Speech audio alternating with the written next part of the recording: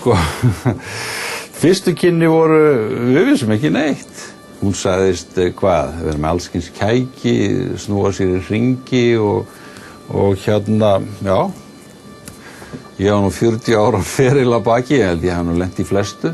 En ég man eftir því, mér finnst ástæða til að segja frá því, ég man eftir því þegar við hittum Elvu fyrst hún tekur á móti okkur og við erum þarna með myndatökuvélina og svo tekur hún á móti Brynju og það heilsast í forstofunni og hún byrjar að snúast, Elva byrjar að snúast og ég hugsa með mér, býtum nú við, það nú óþarfi að hún sé að íkja þetta svona mikið. Sko, hún ekki snúa sér 2 hringi eða eitthvað, hún snýr sér 8 hringi og ég hugsa, já, við komum til með að kynnast henni og þá átti hún sig á því að hún þarf ekki að vera með sjó fyrir okkur. 2 hringir duga okkur ágætlega. En við bara kynnumst þessum erfiða sjúkdómi hennar og hún var ekki með nokkurt einasta sjó fyrir okkur. Hún haldin þessari áráttu og þessum erfiðleikum, sérstaklega varðandi þessa snúninga og hana kæki. Og við náttúrulega bara nánast strax þá dettum við inn í það að hér eru miklu erfiðleikar á ferð. Þetta erfitt tímabil sem þið farið í gegnum með henni og þetta mjög alvarlegt mál. Þetta í raun að fjalla líf manneskju sem getur farið á hvaða veg sem á meðan á myndinni stendur. Já.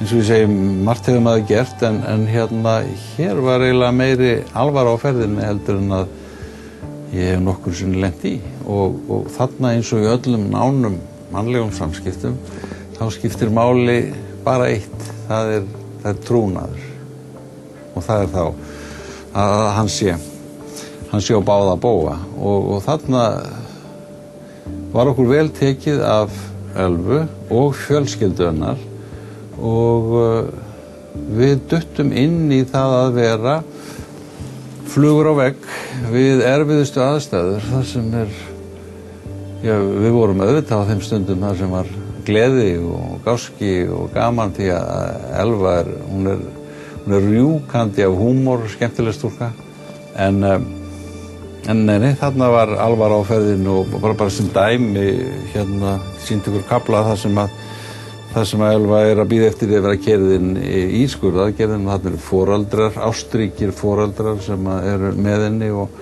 þarna hún að tjá þeim til dæmis að hún hafi skrifað syni sínum bréf ef að hún komist ekki heil úr þessari aðgerð og þú veist, við erum að upplifa þetta og hún veit til dæmis ekki þegar hún fer í þessa aðgerð hvort hún muni lenda í hjólastól þá búið að segja við hana að þetta er mjög viðkvæm aðgerð og þarna getur allt gerst og lömun var möguleiki í þessu tilfelli. Hún sýnir áræði, hún tekur ákvörðun og er alveg klárað því að þetta verður hún að ganga í gegnum en við fáum einhverja þáttakendur í því og það er vissulega það var ekki bara spennandi þegar við vorum löngu orðnir vinir.